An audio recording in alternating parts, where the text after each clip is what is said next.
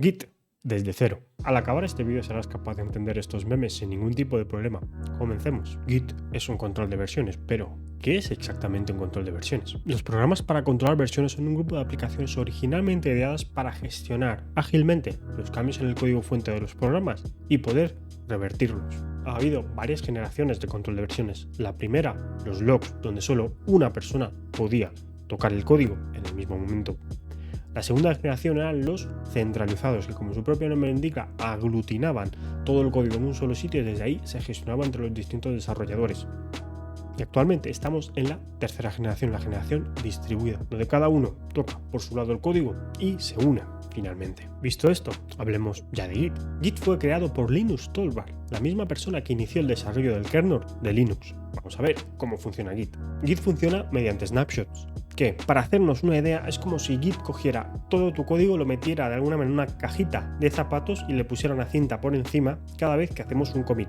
Esa cinta, ese commit, se referencia con un hash 1. Entonces, en nuestro repositorio pues vamos apilando esa caja de zapatos una encima de otra a medida que vamos haciendo commits. Git utiliza distintos directorios, uno en el Working Directory, donde trabajamos normalmente con los archivos, otro el Staging Area, que es cuando digamos ya hemos metido esos archivos en la caja de zapatos, pero aún no le hemos puesto la tapa ni la cinta porque no hemos hecho el commit, y ya el propio repositorio Git, que es cuando ya haces el commit, se mueve al repositorio Git, le ponemos la tapita, la cinta en la caja de zapatos y ya se queda ahí el commit para siempre.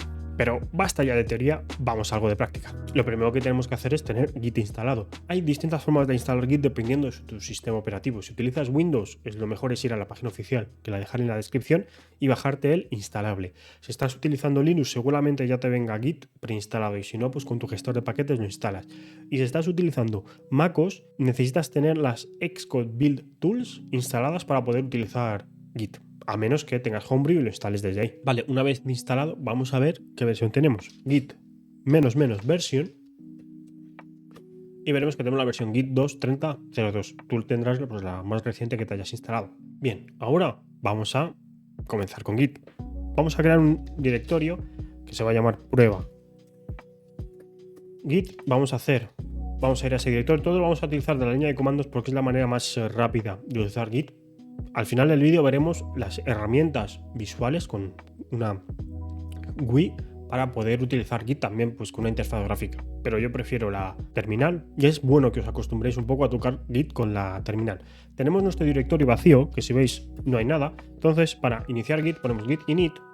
Vale, esto lo que nos hace es, nos ha creado, digamos, el repositorio Git dentro de este directorio. Vemos aquí un warning y vamos a ver qué significa este warning. Vale, Git desde siempre ha utilizado master como la rama principal, pero esta palabra puede, digamos, ser ofensiva para ciertos colectivos, entonces está estudiando el cambiarle el nombre. Muchos directorios, muchos repositorios Git ya han cambiado de master a, por ejemplo, main, trunk o develop, lo que vemos ahí. La más común es la main.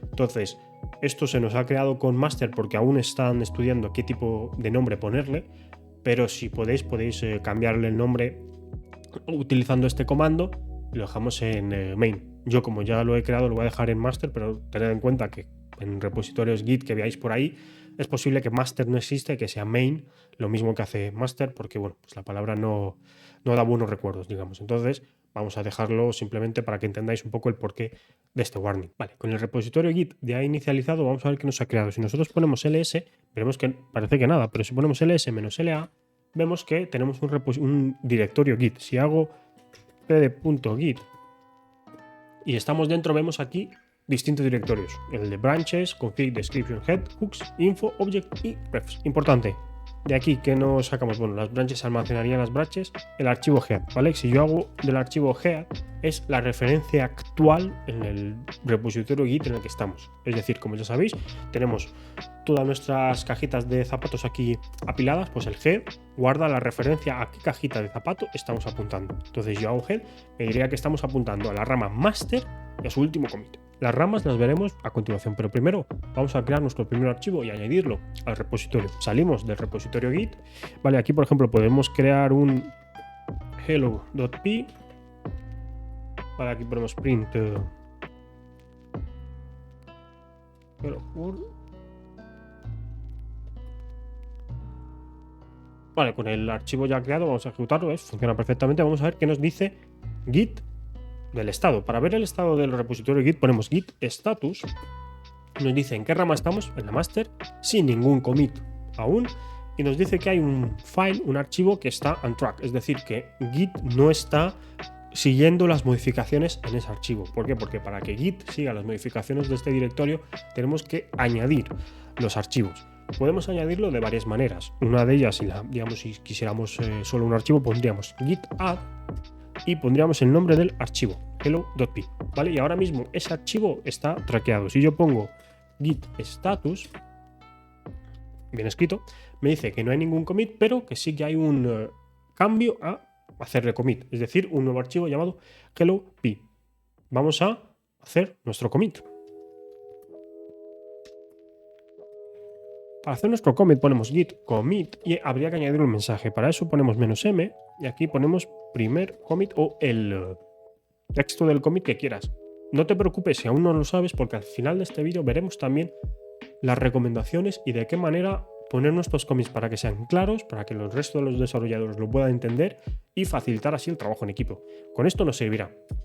Vemos que ha salido un error, pero no pasa nada. Quería que saliera este error para explicaros que Git necesita tener un usuario y un email configurado. ¿Para qué? Para poder traquear mejor de quién es el cambio, quién ha hecho el cambio, cuándo ha hecho el cambio, con qué correo, por si hiciera falta hacerle el blame y demás. Entonces, esto simplemente con esos comandos que aparecen ahí los configuramos y le damos. Vale, aquí pues pondríamos nuestro email de mentira.com. No, o sea, ahora mismo yo obviamente no voy a poner mi email de verdad, pero si tú estás trabajando en equipo, por favor, un email que pueda ser localizable, ¿vale? No te lo inventes como yo. Luego también pues un usuario, de igual manera, copiamos el comando, lo pegamos y cambiamos your name por tu nombre y ya está. Nos suena aquí Stan Tech. Listo, y ahora si vuelvo a intentar, bueno, vamos a hacer un clear. Si vuelvo a intentar hacer el commit, perfecto, ya hemos hecho el commit, es decir, ya hemos metido ese archivo. Estaba ya al hacer el git en la cajita de zapatos listo. Ahora, al hacer el commit, hemos puesto la tapa y hemos puesto la cinta con una referencia. Todas las referencias en Git utiliza el SHA-1 con hash para poder localizarlos mejor. Todos los commit tienen un hash. Si te fijas, esto de aquí B060A0D es una parte de ese hash. Ahora vamos a ver el hash completo, ¿vale? Para ver todo el historial de commits podemos poner git log y veríamos, por ejemplo, aquí, si te fijas, lo que hemos comentado antes era solo una parte de esa hash, pero aquí vemos el hash completo, quién lo ha hecho, el email de quién lo ha hecho y cuándo lo hemos hecho y nuestro primer commit. Vale, ahora que hemos visto esto, vamos a ver cómo añadir múltiples archivos, porque normalmente si no estás editando solo un archivo en tu repositorio, estás editando a lo mejor 3, 4, 5, entonces para no ir uno por uno puedes poner git. Por ejemplo, yo aquí tengo ya 2 archivos, puedo poner git add punto y me añadiría todo el directorio. Entonces git status vería que se ha creado un nuevo archivo, no ha tocado nada en el hello.py, entonces no traquea ningún cambio. Aquí si hiciéramos el commit, pues continuaría. Pero ¿qué pasa si no queremos añadir algunos elementos de ese repositorio, como por ejemplo los node modules, que no se deberían añadir a un repositorio Git, el target, el debug, los archivos que te van generando en tiempo de compilación para poder probar y demás, cosas que tú no quieres que esté en el repositorio porque tú quieres el código sin la basura, es decir, un binario que se haya compilado, pues que lo compile la persona que se descargue el código, que no vaya incluido ya en el repositorio, porque no es la intención de un repositorio Git guardar los archivos binarios. Entonces, para eso lo que hacemos es creamos un archivo que se llama .gitignore, ¿vale? Y si yo aquí pongo el nombre del directorio que no quiero que se incluya o el nombre del archivo que no quiero que se incluya, no se va a incluir. Por ejemplo, pongo aquí adiós.py,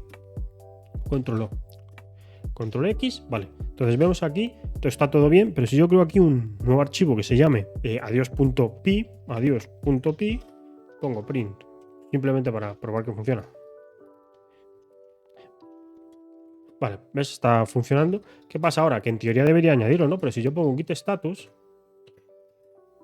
vemos que simplemente tiene en cuenta que se ha creado un nuevo archivo, que es el gitignore. Es decir, Git ha cogido y dice, mira, han creado un nuevo archivo que se llama gitignore, y también lo ha leído y ha visto que lo que hay dentro, como es un archivo que sigue el formato de Git, dice, vale, ¿qué es lo que tengo que obviar de ese gitignore? Pues todos los archivos que se llamen adiós.py, entonces no lo incluye. Si yo ahora modifico este punto gitignore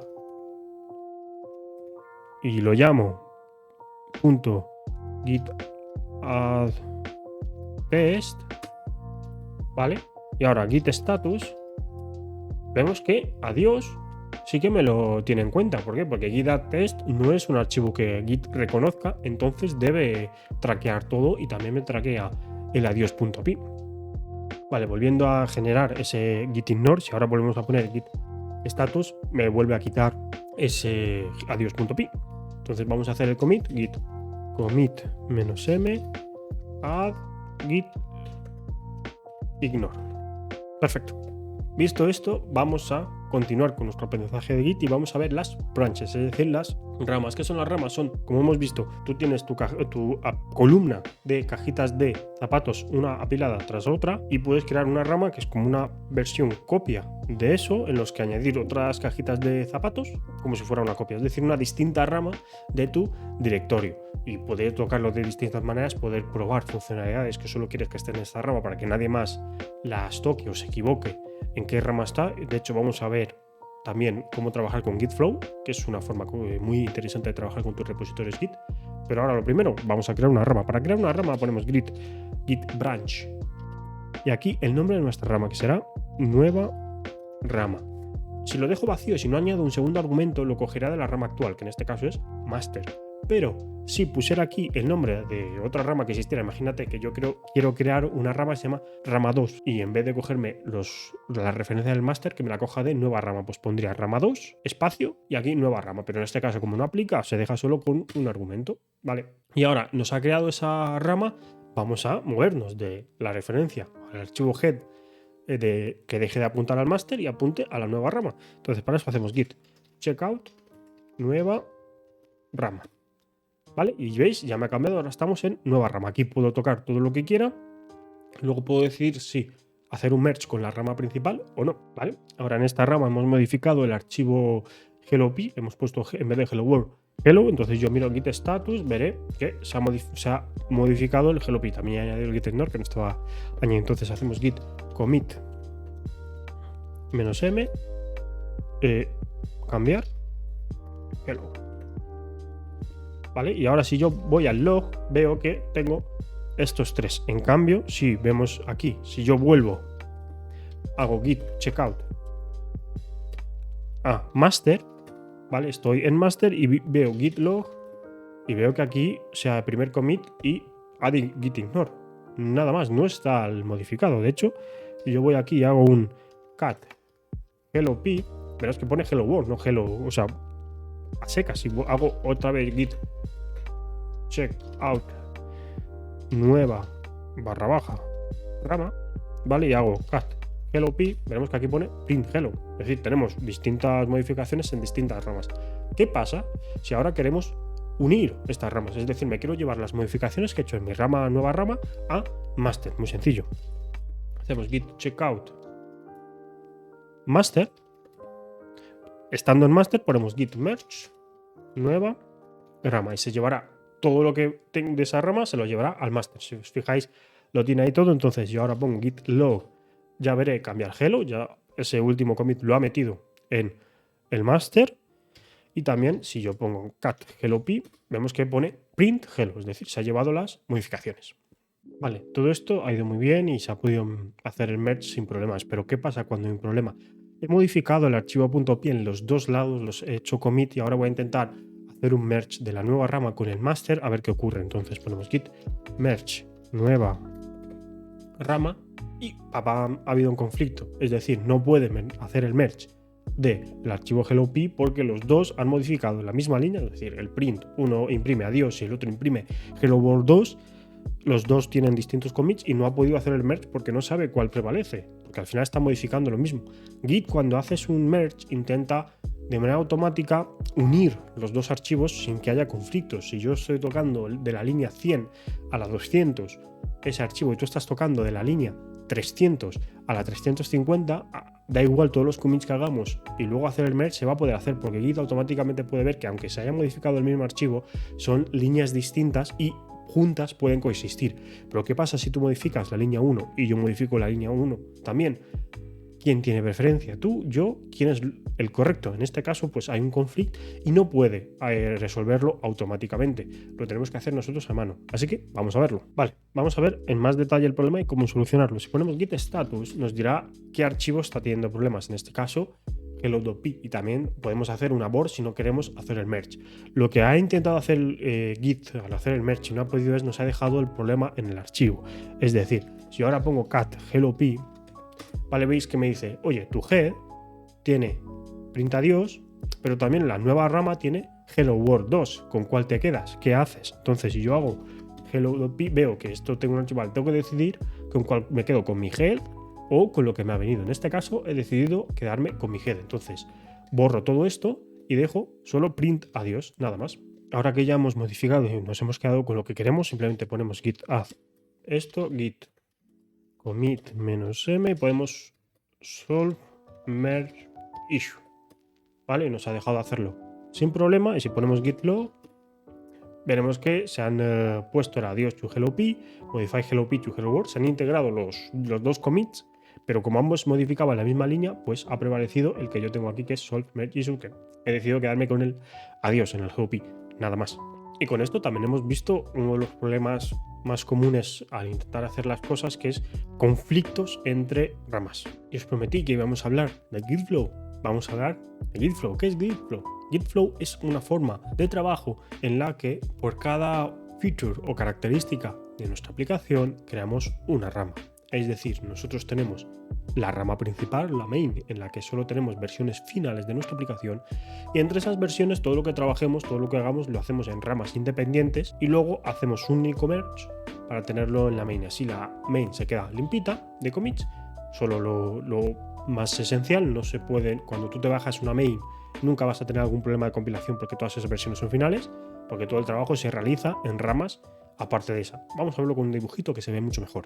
Vale, aquí en esta página que por supuesto os dejaré en la descripción de Atlassian, pues se ve que la main es la azul, todo, la versión 01, 02, 010, se deja todo limpia y luego se van creando ramas, en este caso la develop, que es la de desarrollo. Esta rama puede no ser del todo estable, pero no te preocupes porque si tú te bajas la main siempre será estable. Y aquí pues imagínate, quiero añadir que pues el splash screen de mi aplicación en vez del color azul sea un verde. Bueno, pues creo una rama, obviamente esto es muy sencillo, ¿no? Pero para características distintas, pues creo una rama más con la feature que el splash screen sea verde, aplico todos los cambios, cuando esos cambios estén listos hago el merge a develop. Imaginaos varios equipos, varios tenéis que trabajar con la versión 01 para pasarla a la 02, a uno le toca pues añadir que pueda aceptar archivos .excel, o sea, XLS. Otro que le toque archivos.csv y a otro que le toque que en vez de utilizar la librería pandas utilice la librería numpy, lo que sea, ¿vale? En realidad ambos se utilizan entre sí, pero bueno, dejémoslo así. Entonces tenemos eso, pues ¿qué hacemos? Tenemos la rama main, tenemos la rama develop y de ahí los tres equipos se parten, se crean sus ramas. Feature usar numpy, feature usar archivos XLS, feature usar archivos CSV. Se crean todos, ahí se meten sus commits en esas ramas, todo bien, todo correcto, se van uniendo entre sí y ya quedaría pues la rama develop, la rama de las tres features ya listas, se hace un merge con la develop y ya en la develop tendríamos una versión funcional del trabajo de los tres equipos. Se pasaría sus pruebas, se pasaría sus test comprobando que no se rompe nada en la integración, todo bien, y cuando eso esté listo ya, se mueve a la rama main y ya se le añade pues la versión 2.0, 1.0, la que tú quieras. Entonces sabes que cuando tú te bajas la versión main, la intentes compilar, vas a tener una versión estable que tenga todas las características que se añadieron en esas distintas ramas. De esta manera lo que haces es, en primer lugar, evitas muchos merge conflict, tienes tu código más organizado, luego esas ramas las vas borrando a medida que se completen las features y al fin y al cabo tienes un repositorio mucho más cuidado, mucho más limpio, fácil de ver. Tienes tu rama main, tu rama develop y las distintas ramas que se van creando y borrando a la vez. Entonces sabes más o menos manejarte en el repositorio y la gente que también está acostumbrada a Gitflow sabrá manejarse en tu repositorio, por ejemplo, si es open source. Entonces, esta forma de trabajar a mí me gusta personalmente mucho cuando trabajas en equipo con el repositorio Git y yo la recomiendo. En la descripción también os dejaré guías de cómo escribir vuestros commits de la mejor manera posible para que sean fácilmente legibles, para que sepan tus compañeros de equipo qué es lo que has hecho, qué has corregido o qué has añadido de manera sencilla. Está esta versión que me gusta mucho, también está la versión oficial de GitHub en la que también te dicen los guidelines. Yo os la dejaré en la descripción para que lo leáis, lo recomiendo. Y visto esto, espero que no hagas como estos memes y sepas utilizarlo, veas las guidelines, sepas ir tranquilamente con Git. Y ahora que hemos hablado de GitHub, vamos a ver exactamente qué son GitHub, GitLab, Bitbucket, todo eso. Espero, si he hecho bien mi trabajo, que si has llegado hasta aquí entiendas que GitHub no es Git y que Git no es GitHub. Git es un control de versiones y GitHub es un sitio donde tú puedes subir tu repositorio Git. Pero al igual que está GitHub, está GitLab, Bitbucket y incluso también tú te lo puedes montar con un servidor. Yo, por ejemplo, lo suelo hacer con Raspberries. Me monto mi servidor de Git, o sea, mi servidor de repositorios en una Raspberry, lo voy subiendo todo por la red local. Entonces, todo lo mismo que hace GitHub, tú lo puedes hacer en un repositorio normal. Hay otras cosas que GitHub te da, como por ejemplo las pull requests de versión gráfica, poder hacerlo público, que todo el mundo lo vea, poder trabajar desde cualquier lugar porque te da una IP fija, los issues que se pueden crear, al igual que lo hace GitHub, lo puede hacer también GitLab. ¿Cuál es mejor, GitHub o GitLab? Os dejaré un vídeo en la descripción por si los queréis ver. Yo personalmente, si tu proyecto va a ser open source, hazlo en GitHub porque es el más común. Para proyectos personales también puedes utilizar GitHub si lo tienes privado, si no está GitLab. Y yo que sé que para proyectos privados ya de empresa, si no te montas el tuyo propio, yo sí que recomiendo más GitLab en estos casos, no solo porque ofrece la posibilidad de coger todo GitLab y metértelo ad hoc en tu propio servidor, sino también porque suele estar más orientado a nivel profesional, o sea, orientado más a nivel personal que GitHub. Pero esto es mi opinión. Estúdialo, míralo, ve todas las opciones. También existe Bitbucket, que no la comento mucho porque es con la que menos he trabajado. Entonces, están todas esas, mirarlas, estudiarlas, no os fiéis de lo que yo os diga o de lo que os diga Pepito, leer bien la documentación, informaros y ahí tomad la decisión que vosotros consideréis mejor. Yo lo que quiero con esta sección es simplemente que veáis la diferencia, no confundir Git con GitHub, porque eso queda como muy poco profesional y como que no sabes qué es trabajar con Git, por mucho que hagas Git commit y ese tipo de cosas. Después de hablar de la diferencia entre GitHub, GitLab, que no son Git y demás, oye, vamos a crear un repositorio en GitHub y vamos a sincronizarlo con nuestro repositorio ya existente para subir toda esa información ahí, ¿no? Y así lo vemos público. Pues ya, dentro de GitHub le damos a crear nuevo repositorio, ponemos nuestro nombre, prueba Git video, vale, luego elegimos si es público o privado. Público cualquiera puede tocar y puede haber ilimitados colaboradores, y privado, si no pagas, tienes un número limitado que son 4, creo que, colaboradores máximos en el proyecto. Si quisiéramos añadir algún readme, si tuviéramos algún git ignore, lo hemos hecho nosotros manualmente, pero GitHub te permite post template. Por ejemplo, si tú pones aquí Python, ¿vale? Te salen los git ignore más típicos de Python, por ejemplo el virtual environment y demás. Y licencia también, si quieres, pues elegir qué licencia tener tu código. En principio es none, pero puedes elegir la mid, puedes elegir la que quieras, ¿vale? Como esto es un tema importante y muchas veces es súper importante llegar a entender bien las licencias para saber cuál elegir para tu proyecto open source, no olvides suscribirte porque pronto haré un vídeo explicando las licencias open source más comunes, cuál es mejor para qué y cómo poder utilizarlo. Entonces, ya sabes, no olvides suscribirte. Y nada, le daríamos, vamos a crear, por ejemplo, la MIT, ¿vale? Esto nos hará un conflicto entre este repositorio en GitHub y el repositorio que tenemos nosotros, pero quiero que lleguemos a ese conflicto para que veamos cómo solucionarlo. Entonces, le damos crear repositorio y se crearía.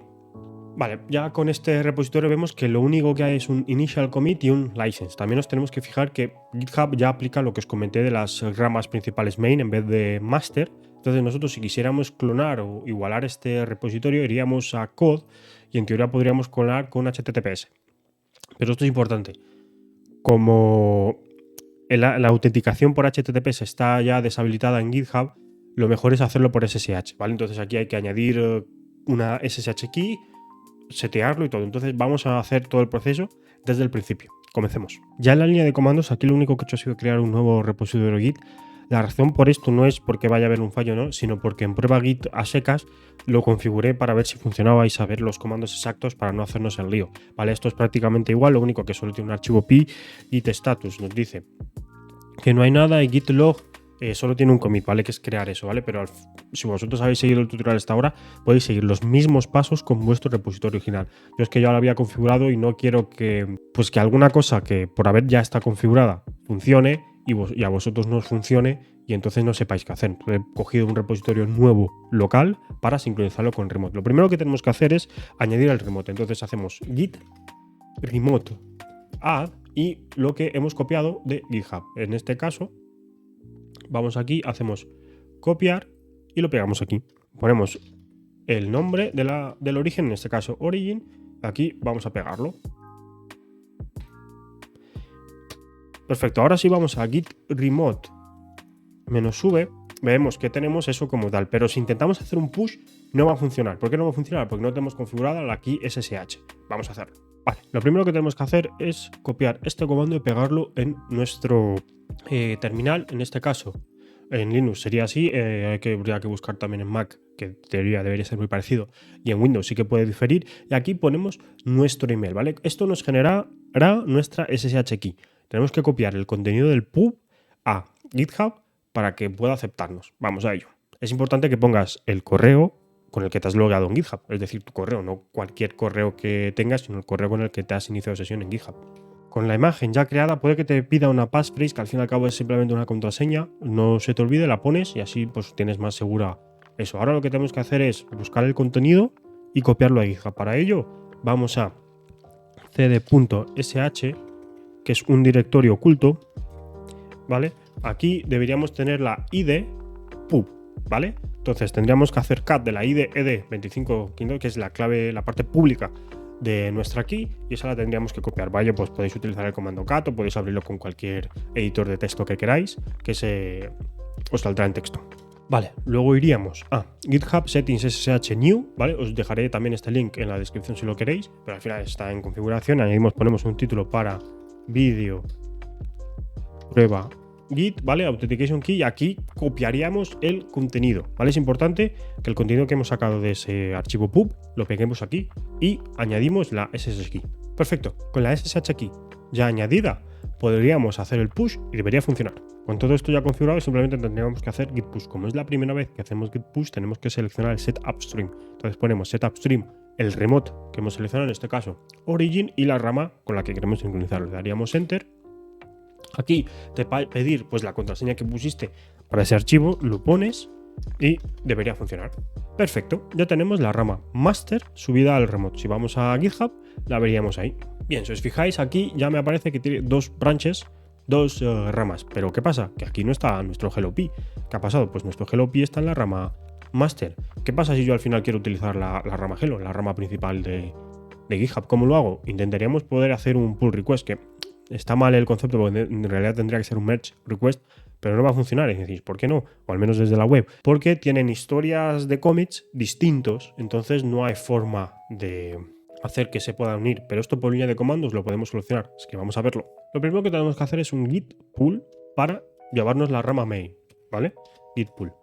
Vale, esto nos dice que guay. Tenemos que volver a poner nuestra contraseña y ya nos lo bajaría. Vale, perfecto. Ahora si hacemos, ¿ves? Nos ha añadido a la nueva branch. Si nosotros hacemos git checkout main, ¿vale? Estamos en la rama main, vemos que solo existe la licencia. Si hacemos la cat license, pues es la mid license. Vamos a hacer ahora el merge. ¿Veis? Si hemos intentado hacer el merge y nos ha dado ese error, que es que refusing to merge unrelated histories. Entonces, ¿cómo se soluciona esto? Pues simplemente tenemos que poner git merge la rama master y añadir el que permita con historias distintas, que es crear un nuevo commit para poder mezclarlo todo. Pondríamos el allow, ¿vale? Y esto sí que ya no nos dejaría hacer el merge, nos pediría hacer un commit, lo vamos a poner el merge branch, de acuerdo, control E, control X, perfecto.